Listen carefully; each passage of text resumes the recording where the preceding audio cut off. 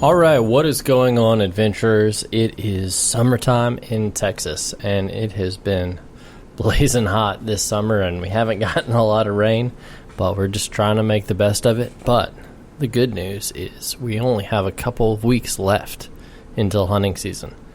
Now, my hunting season technically would have already started. I had an antelope hunt planned in Wyoming with some guys from a small TV show, and basically because of all this COVID crap and travel getting rerouted and more expensive and it being harder and harder to take days off of work, I unfortunately had to bail on that hunt, and I was bummed. Like, straight up, I was not happy, and I was sad about having to let these folks down after I had been planning on hunting with them, and we had talked about travel and how we were going to make this whole thing happen.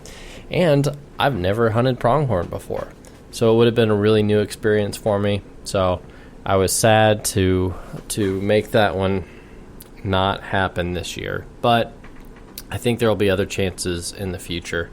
It's, a pretty predictable season. It is the earliest season, but there's always next year. Hopefully I can get another chance. Now, I do have some other cool hunts planned, and that was kind of part of it. It came down to I still work a full-time day job and am pretty busy. So in terms of both costs, expenses, travel, when I can actually get off work, it kind of came down to, well, I can do some of these, but not all of them. And that was the first one that had to give. So unfortunately, did not get to do that, but the rest of season is still on, and it's just a few weeks away. So I'll be doing an elk hunt. I'll be doing some whitetail hunting. Recently, I was down in South Texas, got a really nice exotic deer, and I actually have a video of that on the YouTube channel that I posted about, a week, 10 days ago, something like that. So go check that out on Adventure One on YouTube. But today, what I wanted to talk about was not really archery season specific, but more something just to have in mind for large game hunting in general.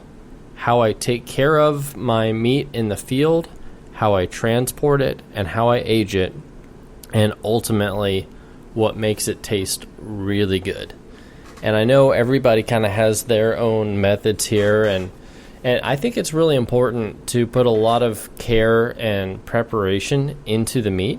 I know some people, especially down in here in Texas, there are some people who are quite frankly trophy hunters. They're mostly going for antlers, and then the meat is kind of a byproduct. And like, well, I killed it, so I might as well eat the meat, try to make it. But they don't put a lot of effort into it, and it never really comes out that great. And there are a lot of theories, and I think there's a lot of deer camp knowledge that's just straight up wrong, but is passed word of mouth from one person to another about maybe why deer meat doesn't taste as good. Be like, well, that's a buck, so it's never going to taste as good as a doe. Or, that buck was rutting, and so that's why he tastes bad. Or that animal was moving a lot when you shot him, and so there was more lactic acid built up in the muscles versus an animal that was standing there. I think these all have varying degrees of truth, but I think a lot of times they're used as excuses rather than actual, biological and scientific reasons. I do think all of those can have an effect on the meat, but a lot of times, if you don't take proper care of the meat in the field or don't intentionally do things to make it taste better, then you end up with deer meat that does not taste that great, and you blame it on one of these things. And honestly, I think this goes a pretty good way into just advocacy for hunting.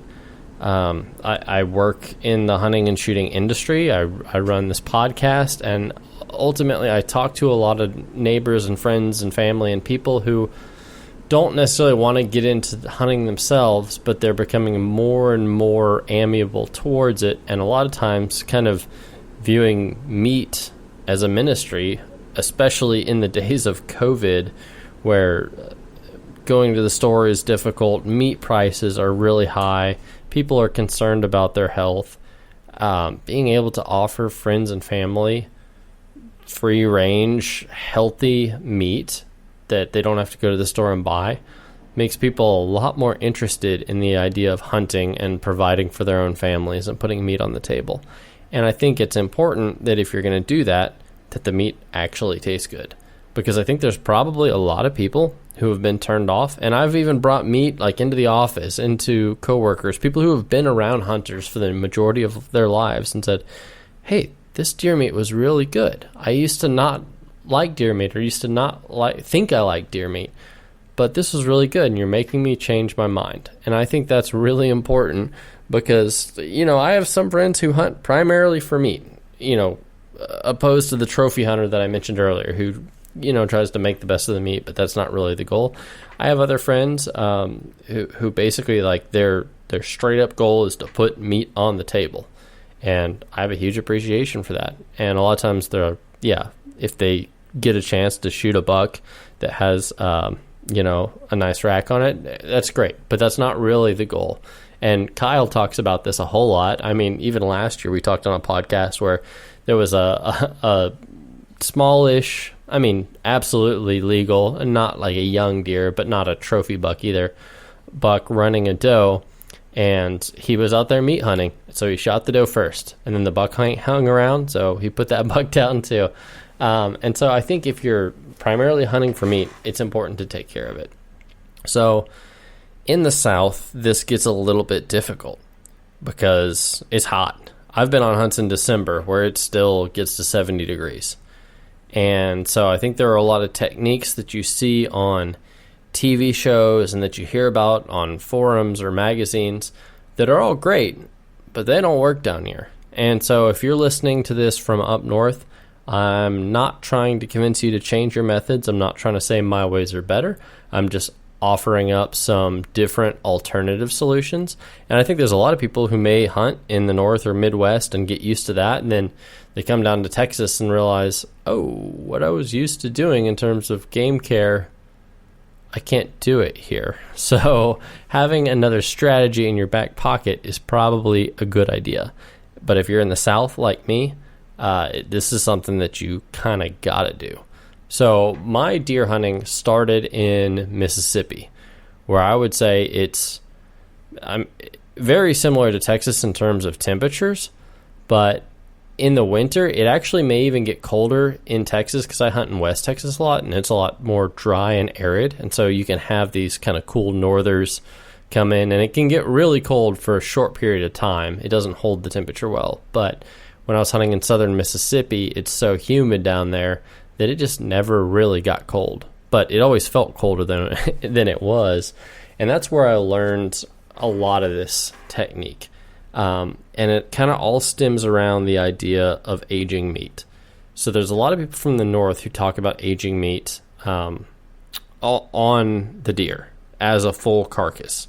And I think that's great. If you have a barn where you can skin a deer and hang the whole thing up, and let it hang for a couple days and it's cold and you can keep bugs off of it, I think that's absolutely awesome. I think it's very important. So when you kill an animal, there are definitely stages of rigor mortis. And I think letting it get past that is really important. I think one of the worst things that you can do is clean it immediately. Now, I still clean it quick, but I'll get into that. Clean it immediately and freeze the meat within a day or two, because it is still in rigors. And if you freeze the meat within a day or two of killing the animal, you are going to have the toughest meat possible. And no matter what you do in cooking it or anything else after that, you're already starting at a huge disadvantage. So what I do, because I can't hang a deer in a barn and let it age on the bone for quite a while, I think that's a fantastic method. When I kill an animal, I try to do as close to that as I can, but in the field and in a cooler. And so there's a lot of people who, I guess the way they're raised or introduced to hunting, you kill an animal in the field, you field dress it. So basically you slit it down the belly, drag all the guts and everything out of it, anything that's going to spoil quickly, you get that out. And then you go hang up that deer, take pictures of it, do all that stuff, but with the hide on. And in my opinion, I think there's a big flaw in that because the hide traps a whole lot of heat in there. I mean, think, it's a leather skin with hair on it. Yeah, the meat's not going to spoil as fast as those guts and everything that you had to get out immediately, but the longer you leave that hide on, it's not going to be good. So if you're hanging deer for a long time, unless it's just extremely cold and it's going to cool down really quickly, I would say get that hide off as quick as you can. But there's a lot of people who in the field, they'll immediately gut it and then throw it in their truck, drive around. They may go quite a while with that hide on. And I do almost the exact opposite of that.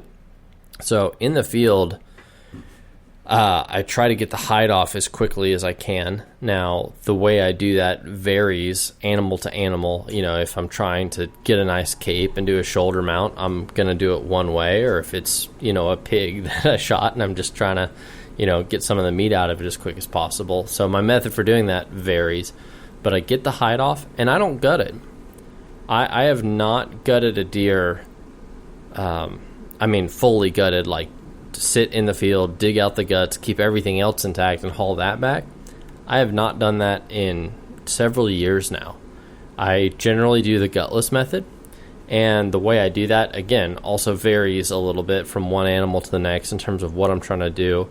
And I'll admit, on like wild hogs, I don't always take everything. Usually I do.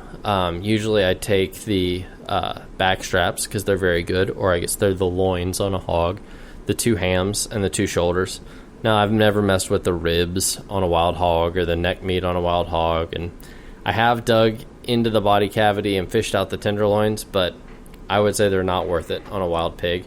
And down in Texas, it's not. I know some people come down here and they just are super excited about the chance to hunt a wild hog, and they think it's so cool, and so they want to get all that meat. And it's very good meat, but a lot of the places where I hunt, it's very much making the best of a nuisance situation. And I know some people who, you know, they just want to kill them, they just want them gone. But my kind of thought process and mentality, yeah, I want to kill it, and I want it gone. I don't want to be, you know, feeding hogs at all the deer feeders and fixing fences that they've torn up and doing all that stuff. So I'm trying to kill them and thin them out, but I also want to make the best of that meat. So when I deal with a hog, I take the hide off a little bit differently, and I do the Gutless Method a little bit differently.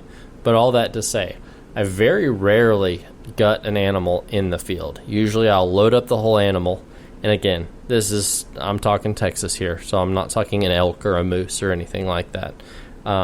Listen to some of those Western guys. There's a lot of people who have really good methods for dealing with some of that really big game, and it's stuff that there is no way to haul out a whole animal anyway, so this doesn't really apply. But anytime I shoot a deer or a hog, and honestly, the same method even goes for smaller game too, like rabbits. I do kind of a slightly different method here, but it's based on the same idea. I get the hide off quickly. I do the Gutless Method, so I take the meat off the carcass rather than taking the guts out of the carcass. But I try to keep everything as intact as possible. And actually, in the state of Texas, you cannot, unless you're consuming it in camp, you cannot take an animal down beyond 4 quarters and then various other parts. You have to leave 4 quarters intact. I think you're required to take 4 quarters and the backstraps. You're not required to take the tenderloins, but I find the tenderloins to be delicious, so on a deer, I pretty much always take them, unless the deer's gut shot bad and it took us a long time to find it or something like that. So when I'm processing the animal, I will cut the quarters and get it down to quarters. I think something that's very important in that whole process, when I'm skinning it, when I'm quartering it, is always cut with your knife from the inside of the hide out. And a lot of people know this. Some people don't know why this is done. So I think a lot of people do it primarily just to preserve the edge on their knife. And that is 100% true. That if you're cutting from the inside out instead of cutting across hair, your knife's going to stay sharper longer. Completely valid. I completely agree with it. But another big reason that you do that is when you poke from the inside out, when the knife blade slips through the hide, it slips out between the hairs.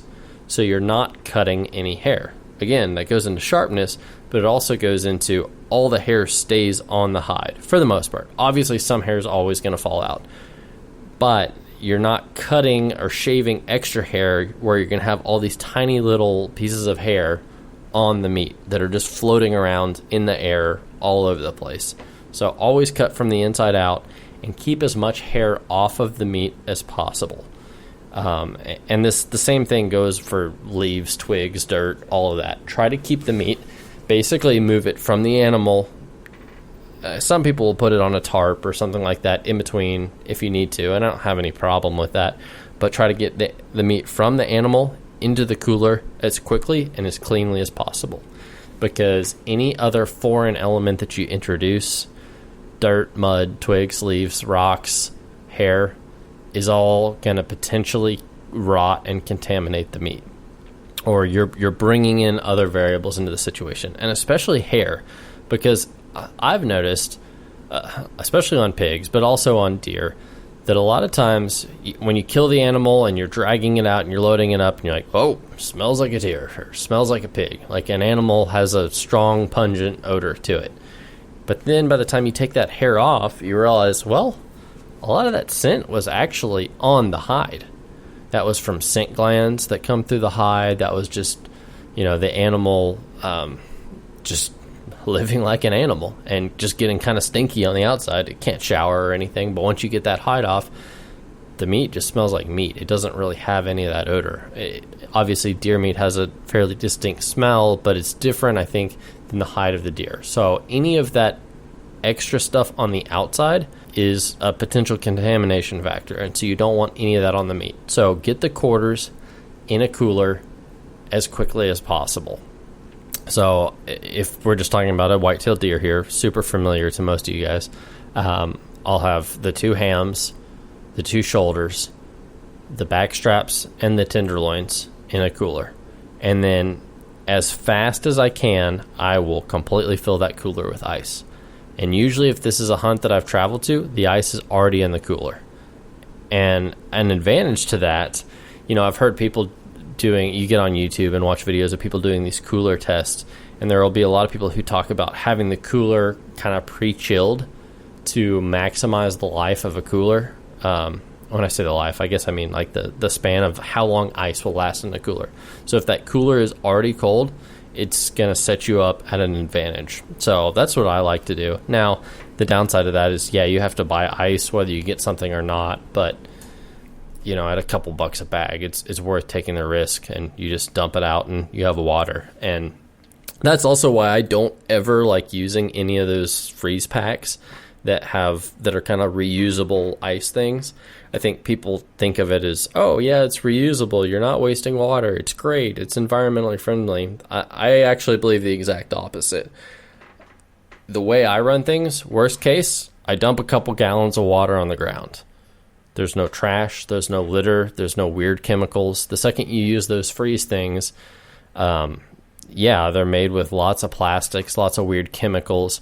You got to take them, put them back in your freezer, and the second you're reusing those, you're risking further contamination. So I never use any of that junk, just straight, clean ice.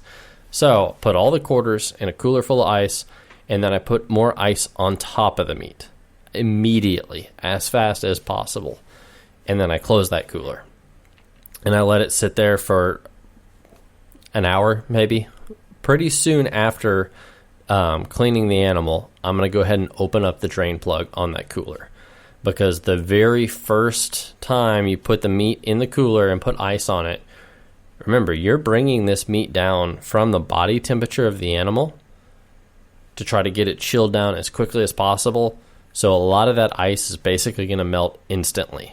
And so you're going to have a whole lot of bloody water in that cooler. So drain it about an hour after killing it. Drain a lot of that ice in there. And there are people who talk about, the key to keeping your meat clean and fresh and all that is keep it dry. And I kind of disagree, actually. And again, I'm not speaking from a food science perspective. This isn't, this would never pass in a restaurant kitchen or a USDA-approved meat facility. This is in-field care for wild game, especially in hot weather. But to me, keeping the meat dry is far less important than getting it cooled down immediately. But you don't want it to sit in stagnant, bloody water. If there's cool, crisp, clean ice water running over the meat, no problem. Generally. I'll get into that a little bit as well. Generally, no problem, but you never want that meat sitting in stagnant, bloody, warm water. Because obviously the blood, you're trying to drain that out. There's lactic acid on the meat, usually right after you kill an animal. All that stuff you want out. And ultimately, I think part of the aging process, especially through doing this, and I generally call this a wet aging process. It's not wet aging in the way that a lot of people think of, like vacuum sealing something and putting it in the fridge, and all, obviously a different process. But in doing this, one of my goals is to get it chilled down and pull any excess acid, blood, anything like that off of the meat. Because I think one reason that a lot of people have a negative and sour taste of venison is because the meat was frozen with a lot of blood still in it. Anytime you hear about somebody talk about a bitter taste or a really metallic or irony taste, that's straight up because there was a lot of blood still in there. And if you actually look at a piece of meat, it's not, you cut into it and say, yeah, that's blood. Well, it's not blood in the same way that like you cut a vein and blood squirts out. It's basically hemoglobin from veins getting into the meat, and that's what gives meat its beautiful red color and what makes the muscles stay healthy. And that's what you're just generally draining out. And so you want to get a lot of that out. But then it's a little bit of a toss-up too, because if you get all of that out, if you were to just take a chunk of steak and let it sit in ice water, it's going to get waterlogged and it's going to lose all its flavor and it's going to be nasty. So how do you balance these two ideas? That's why I think it's really important to leave the quarters intact, not just because that's the law in Texas, but I keep all silver skin, all sinew, all fat, everything on it, because I want a protective layer between the actual meat and the ice. Yes, the cooler's full of ice. Yes, the cooler's full of water.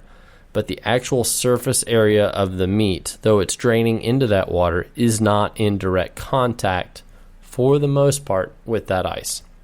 And I think even direct contact is fine for short amounts of time, because I put the whole animal in there. So obviously, if you think about how you cut up an animal, the two hams, the rear quarters, the tops of those is going to be open, exposed meat. Even if you leave the silver skin and the sinew on all the rest of it, the top of it is exposed.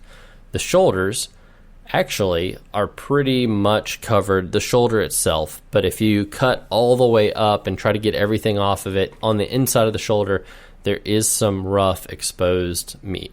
So, yes, that is going to have direct contact with the water, and there is going to be a little bit of loss because of that.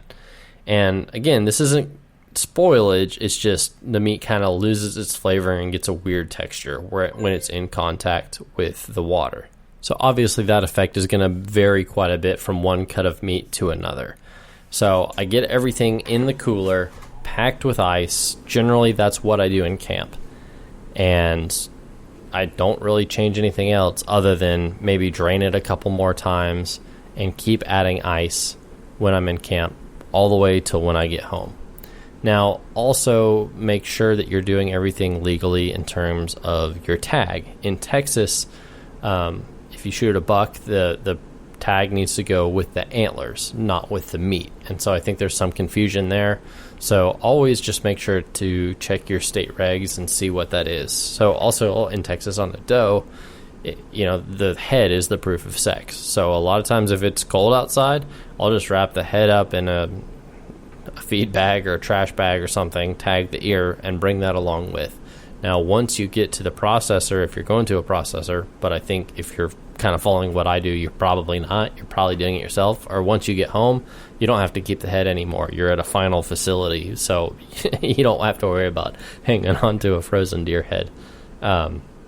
It's okay to not have that with the meat once you're at your final destination. So once I get home, this is where a lot of people would say, okay, you're home, you unpack things, you do it different. But honestly, for me, I really don't. I unload that cooler, and then the meat stays from the second I clean that animal to when I do final processing. The meat actually stays in that cooler the whole time. And that's what's really weird to some people. And again, I was introduced to this in Mississippi. My uncle kind of taught me the concept of aging meat. And he said, yeah, have you ever had deer meat that just tasted really bad? It's because somebody froze it immediately. They did not age it. They did not let that blood and lactic acid drain out of the meat. And they did not let the meat relax. And I think letting it relax is something where the only way to do that is time. It's just the critical ingredient of all those muscle fibers, especially when you separate it from the bone. They tense up. That's just what rigor mortis is. They tense up, and then gradually they loosen up and relax as they lose their energy, as they lose their natural tension. And so that's ultimately the process of aging meat. Now, there is dry aging, and you'll see, I've even seen video documentaries of people in like Scandinavia where it's always cold and dry, and basically they'll let it hang for weeks even, and the meat almost develops a crust on there. And that's a little foreign to me, but people do things to dry meat in ways that concentrates or changes the flavor. The goal here is not really to do that. It's just to remove any of the excess blood and then just let it relax. And the longer you let it relax, the more tender it gets, I've found. Maybe not on the outside, especially if you're dry aging it, kind of gets that crust. But if you're wet aging it, it just relaxes and gets more and more soft and relaxed and tender, until eventually, if you let this go indefinitely, it would just rot and kind of fall apart. So obviously we don't want it to let it get to that point. Our goal is to have a nice, delicious, tender steak, not anything that's dangerous or rotty or anything like that. So I keep the meat in the cooler as quarters for several days. Now, the tenderloins are a little bit of a different story. They are so tender right off the animal, and in fact, a lot of times I struggle with even getting them off in one piece. When I pull them out, I tend to shred them or pull them a little bit, or I don't get all of it, and that's just kind of because I do the Gutless Method, where you just are reaching in there, like in, what was it, Indiana Jones' Temple of Doom, where the Indian reached into the guy's chest and ripped out his heart. That's kind of my process for fishing out the tenderloins. Sometimes I've even been able to do it without using a knife. A lot of times I'll use a knife and very carefully separate the bone from the meat and then just kind of pull it out. But I'm very careful with my knife because I do not want to bust that stomach or nick any of the guts when I'm getting those tenders. But all that to say, the tenderloins are so tender from the get-go that they really don't need aging. The second you get home, I would say just take a towel, pat those dry, put them in a plastic bag, and put them in your fridge. Now, it's okay if they sit there for a couple days, but get them out of that water, because remember how I was talking about any of the exposed cut surfaces are going to get waterlogged faster than anything else? Well, guess what a tenderloin is? Mostly exposed cut surfaces. So get that out of the water as quickly as you can. And honestly, tenderloins, cooking them up the next day or 2 days later is the best they're going to get. You can freeze them and they'll be good, but they're not going to be any better than when they're fresh. So don't worry about aging the tenderloins. Just enjoy them. For me, that's always a way to celebrate the hunt. It's my first victory meal, is having those delicious fresh tenderloins a day or two after I get home and just reliving the whole experience. Backstrap is similar in that I think it could benefit from just the tenderization of aging it. But remember, the whole bottom side of the backstrap is exposed cut surfaces. So if you let it sit in the water too long, it is going to start getting waterlogged faster than your shoulders or your hams would. Now, the top side of it is covered in a thick silver skin, and no, I don't remove that in the field. I leave that on, and that protects it a little bit. So when I have the meat sitting in the cooler, you've already fished the tenderloins out, you've already made a delicious meal, cooked them up with some butter and some onions and maybe some Tony's seasoning, salt and pepper. You don't need to do it too much to them. They're always good. But you've already fished those out and taken care of them, so you've got your backstraps.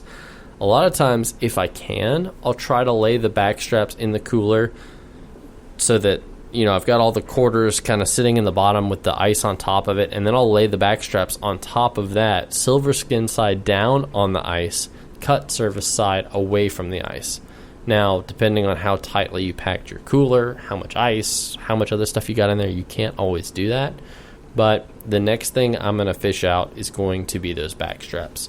So generally, I'll take those out a day or two after the tenderloins at the earliest. I would say they can stay in there up to probably 4 or 5 days before they start getting kind of waterlogged.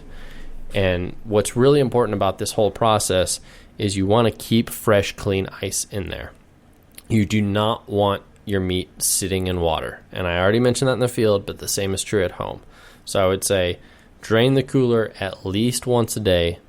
And anytime you don't see frozen ice, you should never get to that point. There should always be a solid coating of ice touching the meat in the cooler, because you want everything to stay consistently cold, and just obviously things aren't dry, but you just don't want it ever sitting. I've even done this method where I've just left the drain plug open in my cooler and it's draining constantly. I don't think you necessarily have to do that. I think you can, but ultimately that probably depends more on where you're set up, where you're draining your cooler. Are you draining it in your backyard, at an apartment complex, in your driveway? Where are you draining it? But the goal, without getting into the specifics, is just to not have standing water in that cooler. So drain it frequently. So I'll let it go a couple more days, and that's when I'll take the back straps out. I'll pull those out, pat them dry, get them as dry and as clean as possible, and just do another check just to make sure there's no hair. At this point, if there's any fat on there, I'll go ahead and trim that off. You do not want to freeze it with fat. I don't think this is something too many people run into. I think a lot of people cut the fat off of deer, but if deer are eating a lot of acorns, they can have a whole lot of fat, but usually it's pretty bitter because it's building up those tannins.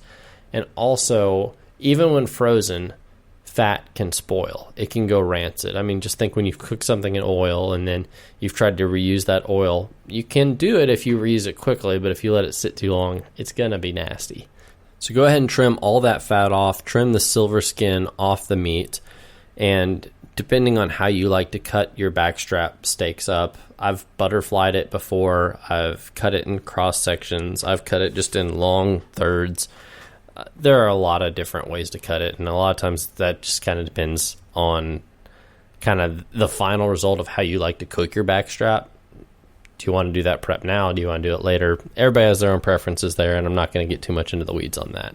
But go ahead and cut your steaks out of the backstrap, and then I really like vacuum sealing everything because it just guarantees that nothing's going to get freezer burned. There's never going to be cold air against the surface of the meat, and it just doesn't take up any extra space other than the meat and then just a little bit of plastic around the edge. I also like that I can look and see the condition of the meat. So I prefer to vacuum seal just about everything. You can use butcher paper. If you're using butcher paper, I've heard a lot of people who like using basically saran wrap first. So wrap your meat up in that, then butcher paper, because even butcher paper is pretty temporary. You know, you go buy meat at the grocery store, they'll wrap it in butcher paper so you can bring it home, but they're not freezing it long term that way. No dedicated food storage facility is actually packaging meat long term in butcher paper in 2020. It just doesn't really happen anymore. So if you are going to use that route, use a plastic wrap. Saran wrap's great, but I just like to vacuum seal it. So get your steaks taken care of from your backstrap, and now you've still got, assuming there's no meat loss, your 2 shoulders and your 2 hams sitting in your cooler. And those can sit for several days, longer than most people would think. And this is where it really helps to make the meat tender and to just get all that acid and blood out of the meat and just give it a nice, soft, mild flavor. And in fact, I just actually finished up this morning cutting up the quarters from a fallow deer. And this is the longest age I have done in a long time. And I was a little bit nervous because fallow are an exotic in Texas, and so they don't have a season. So I shot this thing in August, when it's also usually about 100 degrees in Texas. So I was combining this long aging process with extreme heat, so I needed to be really careful. And ultimately, my same process worked. There were no changes other than just I drained frequently, if not constantly. There were some days where I did just leave the drain plug open on the cooler, and I added at least a bag of ice every single day. I went through a whole lot of ice, but ultimately the process was still the exact same. But those can sit in there for several days. On this fallow, I did a full 14-day age in my cooler. Now, I don't necessarily recommend full 14 days. I did that. I ate one of the steaks tonight, and it was so tender, I could have cut that damn thing with a spoon. It was delicious, super mild, super soft. I loved it. But a lot of people start getting nervous when they're leaving their meat to age in just a wet cooler for that long. And I get it. I get if you're a little bit uncomfortable with that. So I'm not telling you go that long. But I would say go at least a week. Once you get past 3 or 4 days, I think that's where you've gotten past the rigor mortis period. And then beyond that, it just gets any extra blood out. Beyond that, also, I think is kind of the critical timing for getting the majority of the blood out. So at least for sure get 3 or 4 days. And on a wild hog, I would say that's all you need. Because remember, a pig isn't red meat in the same way that, venison or beef or any of that is. So it's more prone to spoilage if you have any other, any problems with your process. I would not do long-term aging on a wild pig, but I still would age it just enough to get past the rigors period, get the acid and blood out of the meat. So I would say 4 days is probably about right. 3 is fine. Absolutely do not go over a week on a pig. You're probably going to have some spoilage at that point. But a deer, I would say a week is pretty standard for me. I've done a week a lot. 10 days is probably the most common for me. So let it go a week, and then the next couple days when I get around to it, that's kind of when I'll start processing it. And another benefit of doing this method is you don't have to do it all at once.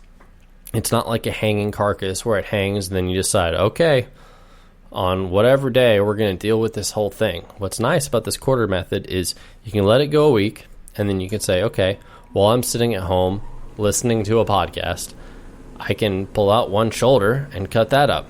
Spend 30 minutes cutting that up, get one shoulder done. Next night, spend 30 minutes, get the other shoulder. The next night, spend 45 minutes or an hour to do the hind quarter.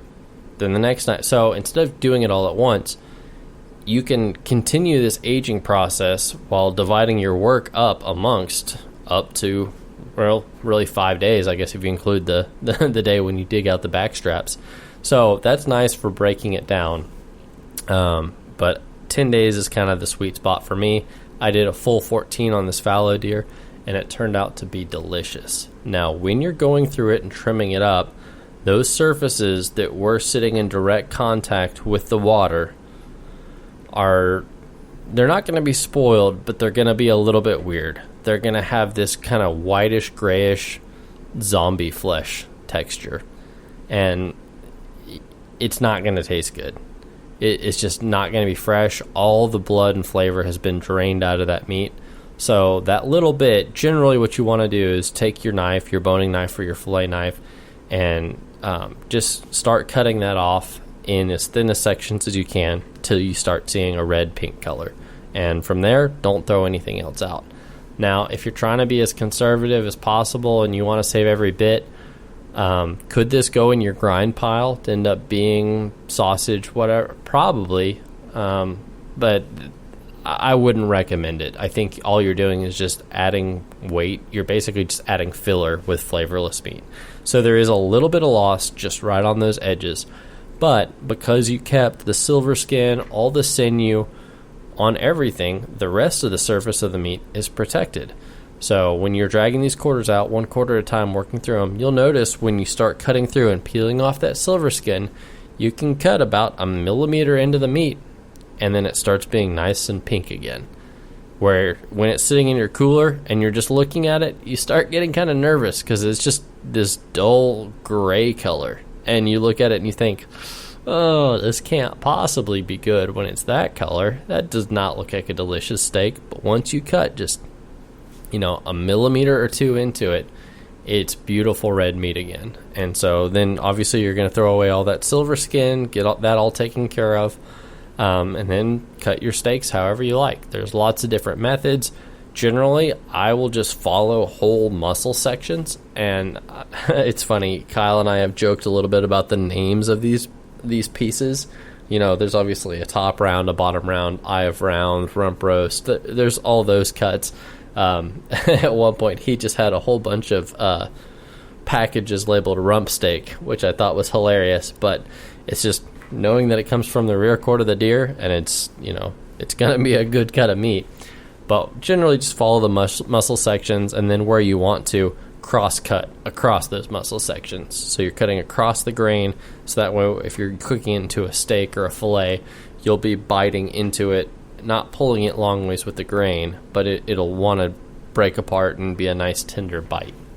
And from that point, I would say reward yourself with a fresh steak from one of these quarters. I mean, don't throw it all in your freezer, and I tend to, what do they call it, FIFO, first in, first out. You dig out the old stuff, but man, when you've got those fresh steaks right in front of you, take a chance to enjoy that instead of freezing it and enjoying it later. Have one or two that are fresh. They'll still be good for another couple days, absolutely. So do that. Otherwise, vacuum seal, pack the rest however you want to. So that's generally my process from when I kill the animal to how I process it, how I age it, how I trim it up, how I freeze it and store it. And with the vacuum sealed system, it's going to be good for well over a year. I think a year is pretty standard, and you can go longer than that for sure. Again, as long as there's no fat on it, because any of that fat's going to go rancid regardless of how you package it. So that's my process. It generally works really well. It may be an idea to keep in mind if you're a northern hunter and you're coming down south and you're realizing, well, I got to get this meat back home. I can't hang it. How do I do this? Keep it in quarters. Keep it on ice. Change that ice as frequently as possible. And you will have some nice, delicious, mild, tender deer meat. And when you serve that to people, you will hear people say, wow, I've had deer meat that was tough, that was gamey. And I think there's a lot of people say gamey to mean so many different things. Like sometimes it just means it tastes like not beef or chicken. Sometimes they mean it was tough. Sometimes they mean it was bitter and had that irony minerally taste because there was blood frozen in it. It means a lot of different things, but it never means anything good. But you'll have people say, wow, I was used to deer meat being tough and gamey, and this is mild and tender and delicious and really good. What'd you do? And ultimately, you didn't screw it up. That's what you did. You just took the meat from the animal, cooled it down as quick as possible, did as little to it as possible, and just let the blood and acid drain out, and you kept it clean, while letting it relax and tenderize naturally on its own. Now, that being said, there's still another way that people commonly screw up game meat, and it's overcooking it. Remember, this meat is high protein, low fat, extremely lean, and can be ruined easily if you overcook it. So the answer to that is simple: medium rare. If you can do it by touch, cook it by touch. If you're not comfortable with that, use a meat thermometer. Don't go to all this work to take care of your animal in the field, to bring it home perfectly, and then screw it up in the kitchen. Medium rare. And that's my process. The only times where this has ever gone wrong for me is when I just didn't do a good job of changing out the ice and managing it and keeping it dry. And that was on a wild hog. Basically, I had it all sitting in a cooler, stacked up. It was a big hog. I had ice, but then the meat that was always on the bottom in that cheap cooler was not getting thoroughly cold, and so it was also kind of sitting in some of this bloody water, and so that led to some spoilage on that very bottom piece. But otherwise, it's always worked out great for me. The process looks a little bit weird. When you're draining that water, if it's 100 degrees outside like it was for my last exotic tier, sometimes where you're draining that water can get a little bit stinky, but your meat ultimately is going to be just fine, and you're going to be very thankful that you tried this method. Now, again, I don't endorse this from a food science, food safety perspective, but it's worked for me, and I find it just makes a huge difference in the processing of deer meat. So, hope you found this helpful. Hope this is a trick that you can keep in the back of your head as we approach deer season, and hopefully you'll knock a couple down this year. You can try this, and then you will enjoy that nice, tender, delicious, tasty venison. Hope you enjoyed it. Until next time, stay safe, be free, and never stop seeking adventure.